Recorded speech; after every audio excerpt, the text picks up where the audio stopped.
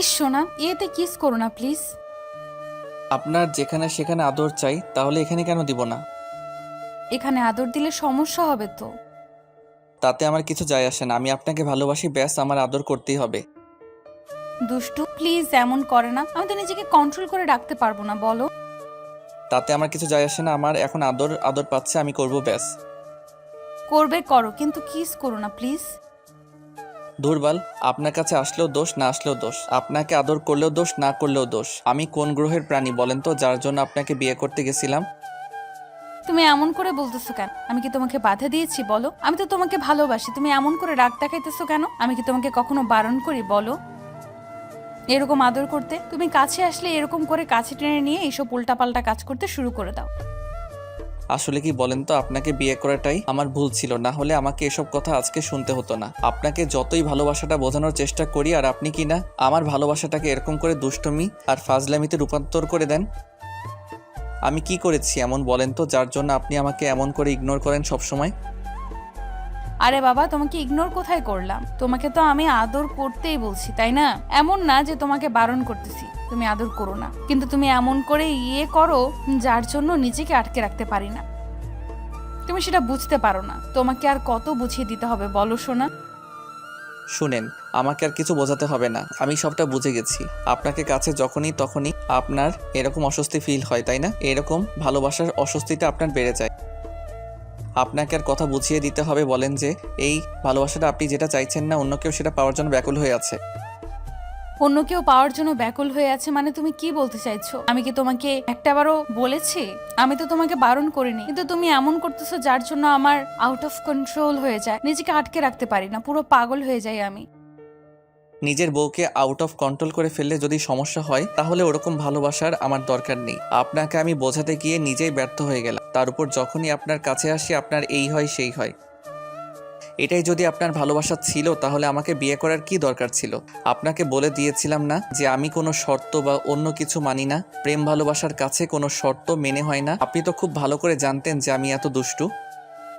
ওই জন্যই তো তোমাকে ভালোবেসেছিলাম, কিন্তু তুমি যে এতটা দুষ্টু আমি সেটা জানতাম না। তার উপর তুমি এরকম করে দুষ্টুমি করো যার জন্য নিজেকে আটকে রাখাটাই পসিবল হয় না। আর তুমি আজকে এরকম করে বারবার দুষ্টুমি করতে চাও। তোমাকে বোঝালেও তুমি বোঝো না। এতটাই দুষ্টুমি কেন করো তুমি? হ্যাঁ, তুমি কি এতটাই ফাজিল বলো? তুমি তো আমার ভালো একটা বর, তাই না জান? আমি তো খুব ভালো করে জানি যে তুমি কতটা ভালো বর আমার। তাহলে এমন করো কেন সোনা? আমি কি করি আর না করি সেটা বুঝতেও চাই না, আর জানতেও চাই না। অনেক বুঝিয়েছি আপনাকে, আর এখন থেকে আর এরকম বোঝাবো না, আর এরকম করে কাছে বসবো না। তাহলেই তো আপনি হ্যাপি থাকতে পারবেন। সেটাই হোক, আপনাকে বোঝাতে গেলে আপনি উল্টো আমাকে বুঝিয়ে দেন, আর বারবার আমাকে দূরে ঠেলে দেন, তাই তো?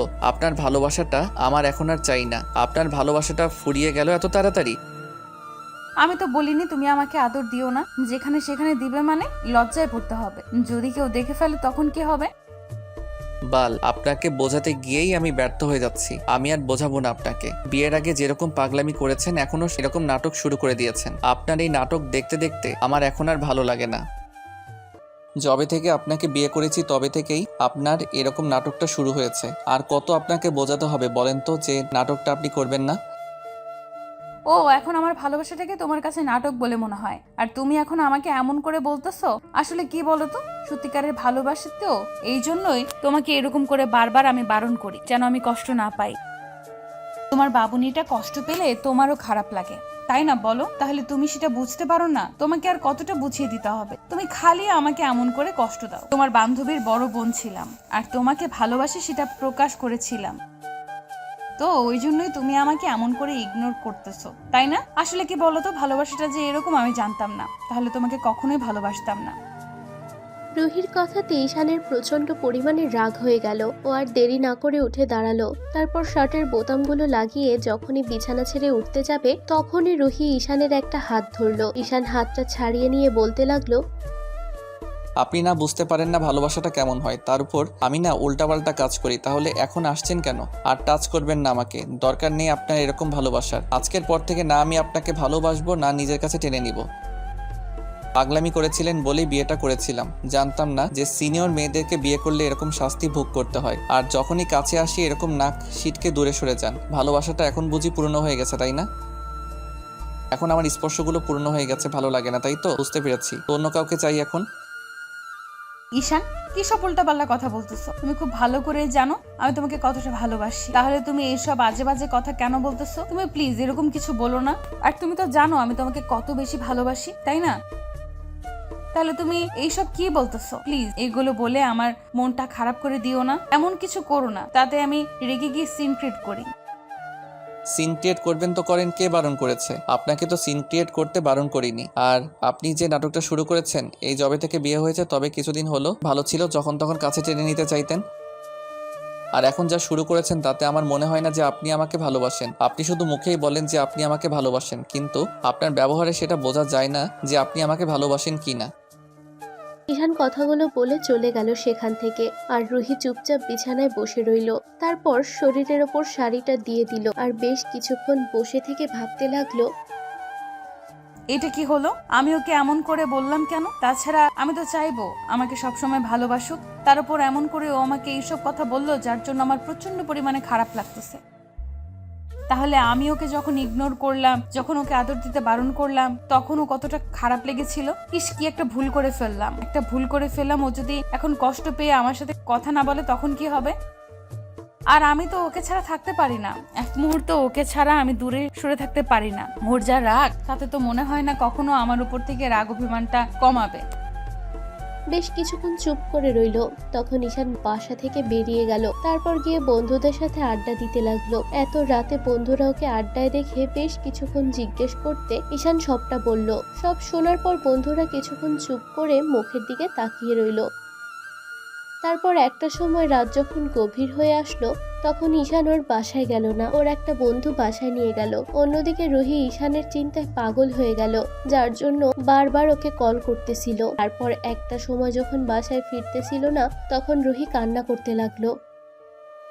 ওর নিজের ওরকম দ্বারা বিহেভিয়ারের জন্য আপনারা কি ভাবছেন এখানে কি হচ্ছে, তাই তো? আসলে রুহি ঈশানের বান্ধবীর বড় বোন ছিল, আর রুহির সাথে একই কলেজে পড়তো, যার জন্য ঈশানের সাথে দেখাশোনা ছিল। আর যবে থেকে ঈশানের বাসায় রুহির যাওয়া আসা হতো, ফ্রেন্ডের সাথে কবে থেকে রুহি ঈশানের প্রতি নজর পড়ে। খেয়াল করতো ছেলেটা অনেক কিউট, তার উপর রুহিকে ঈশান চোখে চোখে রাখতো আর কেয়ারিং দেখাতো, যার জন্য কেউ রুহি ভাবতো যে যদি ছেলেটা কেউ ভালোবাসে কিংবা ছেলেটা কাউকে ভালোবাসে, তাহলে তাকে কতটা কেয়ার করবে, কতটা ভালোবাসবে। যার জন্য রুহি ঈশানের প্রতি প্রচন্ড পরিমাণে দুর্বল ছিল। আর একটা সময় যার জন্য থাকতে পারছিল না, তারপর ঈশানকে বলার জন্য পুরো পাগল হয়ে উঠেছিল। কিন্তু সেটা ঈশানের আপু বুঝতে পারছিল, আর সেটা বুঝতে পেরে তখন ঈশানকে বলে রুহির থেকে দূরে সরে থাকতে। তখন ঈশান কিছুদিনের জন্য ওর থেকে দূরে সরে থাকার জন্য শহর ছেড়ে দূরে চলে গিয়েছিল। ঈশান জানতো যে সম্পর্ক হয় না, সে সম্পর্ক নিয়ে না ভাবাই ভালো। কিন্তু রুহি যখন ঈশানের সাথে যোগাযোগ করতে পারতেছিল না, তখন ওর বোনের কাছে জিজ্ঞেস করলে জানতে পারে ওর কথাতে ঈশান চলে গেছে। আর রুহি আর ঈশানের আপুর মাঝে ভুল বোঝাবুঝি হয়, অনেক কান্নাকাটি করে রুহি। আর তারপর একটা পর্যায়ে যখন ঈশানের আব্বু আম্মুর কাছে গিয়ে বাসায় ঈশানের কথাটা বলে, সবাইকে অবাক হয়ে গিয়েছিল। কারণ জুনিয়র একটা ছেলের প্রেমে কিনা সিনিয়র একটা মেয়ে পড়েছে, আর তার উপর তাকে বিয়ে করতে চাইছে। আর একটা বেকার ছেলে ছিল বলে কেউ ওকে মেনে নিতে চাইছিল না। আর রুহি বলে যদি ওকে না পায় তাহলে উল্টাপাল্টা কিছু একটা করে ফেলবে।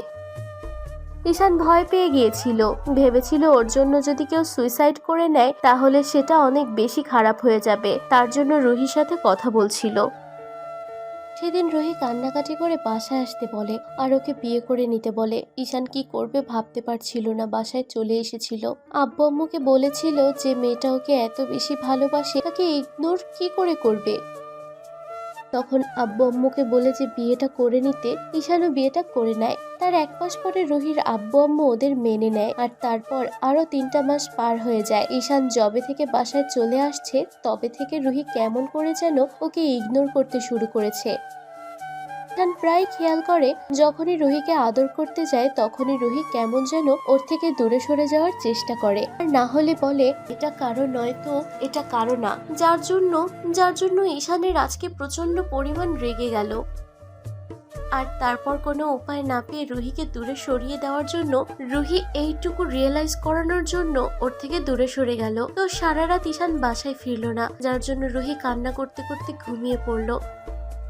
পরদিন সকালে 10টার দিকে ঈশান বাসায় আসলে তখন রুহি ঈশানকে দেখে প্রচন্ড পরিমাণে কান্না করতে থাকে। আব্বু আম্মু বিষয়টা জিজ্ঞেস করলে ঈশান কিছুই বলল না। তারপর রুমে চলে গেলে তখন রুহি গিয়ে ঈশানকে পেছন থেকে জাপটে জড়িয়ে ধরলো আর বলতে লাগলো, বাবু আমি অন্যায় করেছি, তার জন্য তুমি আমাকে শাস্তি দাও, তারপরও এরকম করে রাগ করে থেকো না আমার উপর। আমি তো বুঝতে পারিনি তুমি এত বেশি রেগে যাবে। আচ্ছা ঠিক আছে, তুমি এখন থেকে যা বলবে আমি সেটাই শুনবো। আমি আর কখনো তোমাকে ইগনোর করব না। আর এমন করে দূরে সরিয়ে দাও তো দূরেই থাক। তোমাকে কখনো বলবোই না যে তুমি আমার থেকে দূরে সরে যাও কিংবা আমাকে এখানে আদর দিও না। দেখো সারা রাত ঘুম হয়নি, আমার ভালো লাগতেছে না, প্লিজ এরকম করো না। আমি চাই না এরকম কোনো সিন ক্রিয়েট করতে কিংবা এমন কিছু বলতে তাতে তোমার খারাপ লাগবে। আরো আমাকে ফ্রেশ হতে দাও। তো ঈশান আর কোনো কথা না বলে তারপর ওয়াশরুমে চলে গেল আর রুহি বিছানায় বসে কান্না করতে লাগলো। একটা সময় ঈশান ফ্রেশ হয়ে বাইরে আসতে দেখলো রুহি কান্না করতেছে। ঈশান গিয়ে বিছানায় শুয়ে পড়তেই রুহি ওর পাশে শুয়ে পড়লো।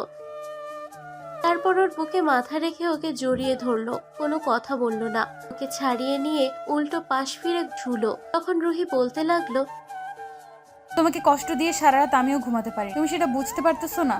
তারপরও আমাকে এমন করে ইগনোর করো না প্লিজ। তুমি তো জানো আমি তোমাকে কতটা ভালোবাসি আর কতটা কাছে পেতে চাই। তারপরও এরকম কিছু করো না যে যাতে আমি কষ্ট পাই, প্লিজ।